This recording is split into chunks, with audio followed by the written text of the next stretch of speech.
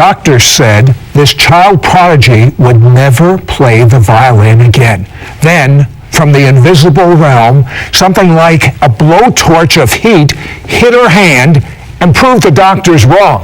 Next, on this edition of It's Supernatural.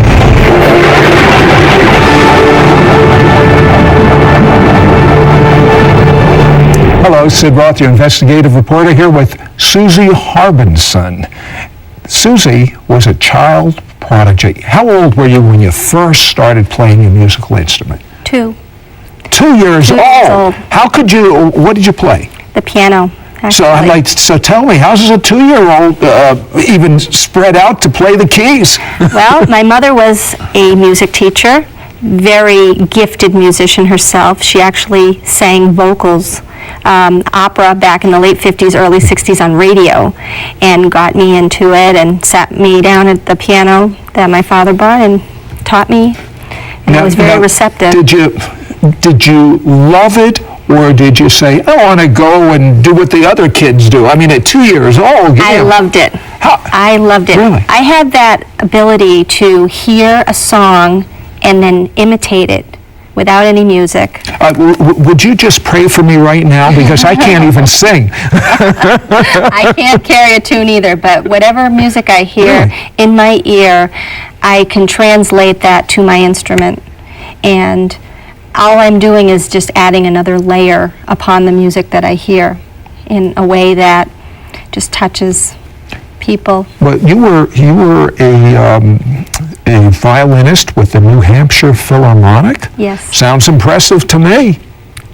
I played back in 1981 and 82, and I was going to college at the time, and I was working in a hotel for extra money on the weekends, and I was carrying a rack of glasses, champagne glasses, and I slipped on the floor, and I cut the tendons and the nerves to my left index finger and my thumb. Well, as a violinist, that's not very good. That ended my career, or any possible hopes of playing. I also had surgery afterwards. But wait, did you realize how bad it was when it happened, or did you think, well... No, I realized I couldn't move my hand at all. It was crippling. And after having the surgery, the first surgery, I developed adhesions or scar tissue in my hand so that I couldn't make a full fist. I didn't have the dexterity or the mobility to move my fingers. And then about a year later, I had a second surgery, microsurgery, to heal the nerve damage because I had no feeling. I couldn't even hold a glass of water. I had to concentrate or else the glass would fall out of my hands. You must have cried every time you held the glass. I was very angry, and I put my violin away and didn't touch it again. Now, your mother, you told me, was an accomplished musician, singer, but what did she think about this? What did she feel? It must have crushed her. She was more devastated for me as a parent. You know, of course, she was devastated that I had such a loss, and a loss that I loved. And I was just so angry that I just said, well, I'll move on with my life, put my violin away, wound up getting married. I had 2 daughters, very precious, and I didn't pick up the violin again. Well, medically, what did the doctors say? The doctors told me that after the second surgery, that the nerves, they tried to repair them. If they were to grow back, I would get sensation and feeling in my hand after 2 years. After 2 years, nothing. You pretty much get what you get. Well, did you have faith at that point that after 2 years the feeling would come back? No, I actually went through several months of physical therapy to try to get the circulation and the muscles moving again, and that did improve a little. However, no feeling. I actually used to take pins and stick them in my hand just so that I could see if I could get a sensation in that part of my hand, and nothing. So I know it was basically no hope. After 5 years, nothing. I didn't even try at that point. I said, you know, I've got to live with this abnormality in my hand and crippling just learned to go on, but it saddened me. It was I mean, that was an important part of your life. absolutely. Now, did you go to the synagogue? Did you pray? You come from a Jewish background? I come from a Jewish background. I was raised Jewish in a conservative home, and I went to Hebrew school. I had a bat mitzvah. I believed in God, but only to the degree that God was clear on the other side of the universe, and why should He help me? But through other things that happened in my life as time went on, I went through a divorce, which was very, very painful to me, and that's how I found the Lord. You know pain. I know pain. You know pain because I was taking care of her 2 sons. Her sister came over and she said, "You need Jesus in your life, and you're a sinner, and you need to say the sinner's prayer." Well, of course, being a non-believer at the time and wanting to hold on to my own faith, I said, "I'm not a sinner, I'm a good person." But I said the words grudgingly, didn't really mean it. you actually said a prayer I did, basically to get her off my back, to get her to leave my house, take her kids and leave. But guess what? God heard that. He did. Even though you didn't know what you were doing, No. even though you didn't believe what you did, God heard that. So you said the prayer, and then some very strange prophecies, people speaking on behalf of God, started coming your way. What happened? Very strange that when we do say these words, God takes us at our word. Regardless if we believe that what we're saying at the time is true or that we had it with our full heart, I believe that if we're willing to even say the words, He's willing on our behalf we open up that doorway.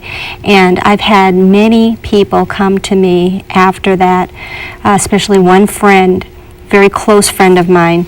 She came to my house one day. I was crying over my husband, and she sat down and she prayed with me. And I thought, oh good, she's going to pray, something nice is going to be said. And I was hoping more for the restoration of my marriage at the time.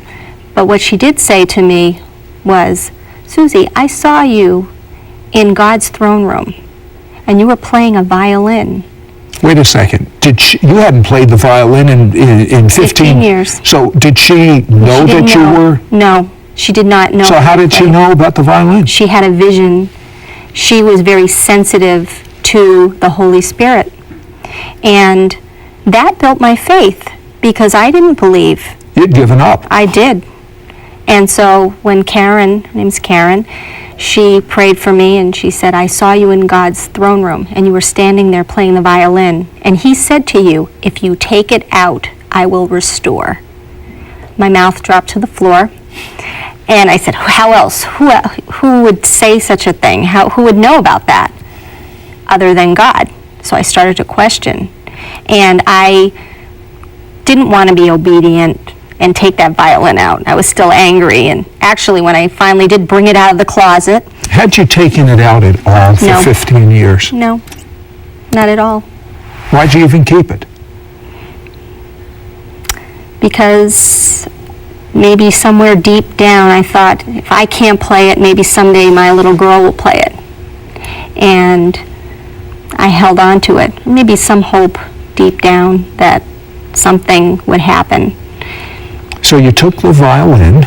Describe that to me. I took it out of my closet, or my bedroom closet, and I opened it up. Of course, the strings were not in tune, had been sitting there for 15 years, and still had rosin all over the strings.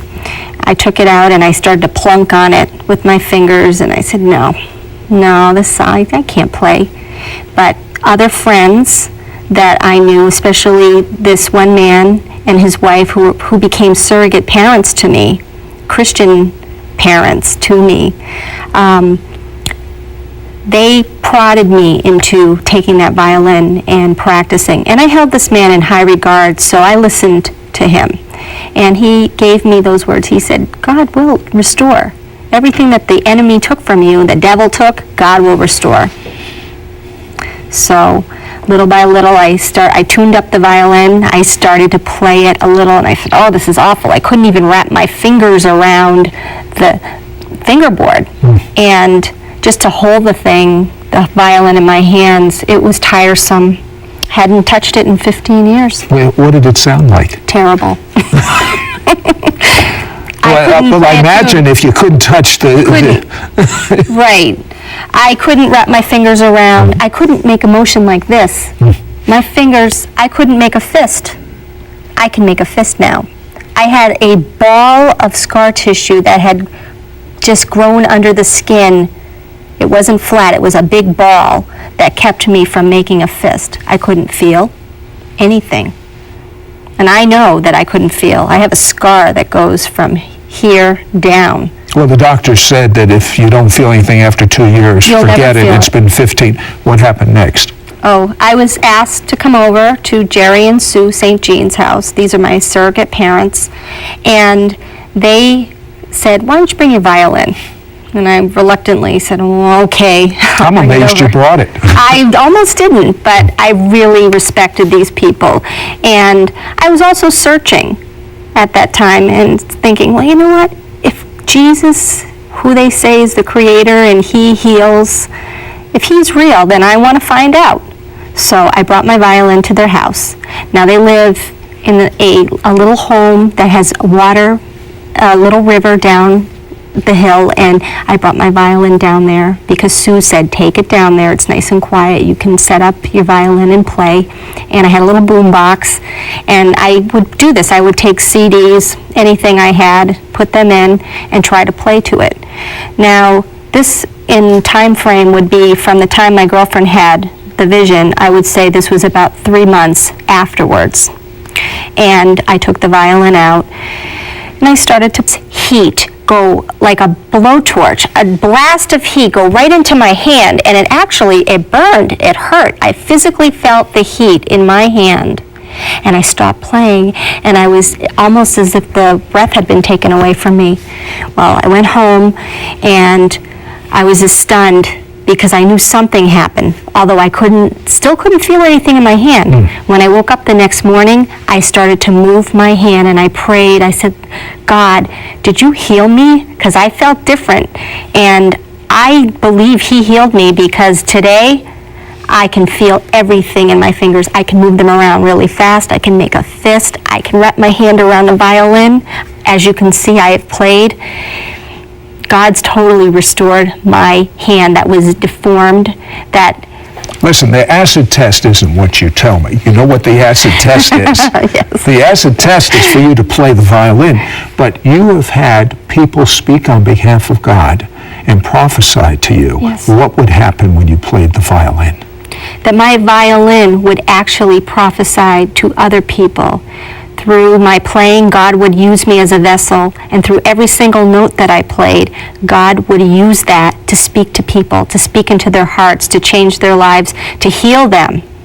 And I've had several people that have gone through many problems in their lives, but whenever I played my violin, there was a woman who was healed with a back deformity, and a woman who she had chronic neck pain.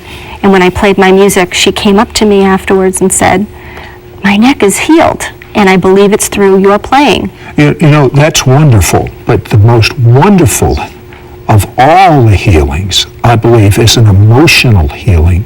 And I believe because of the pain that you've had in your life, that as you play this violin, that people that have just really hurts. I mean, let's face it, it's an imperfect world with imperfect people all around. No wonder you're hurting. But I believe that there is such a presence of God.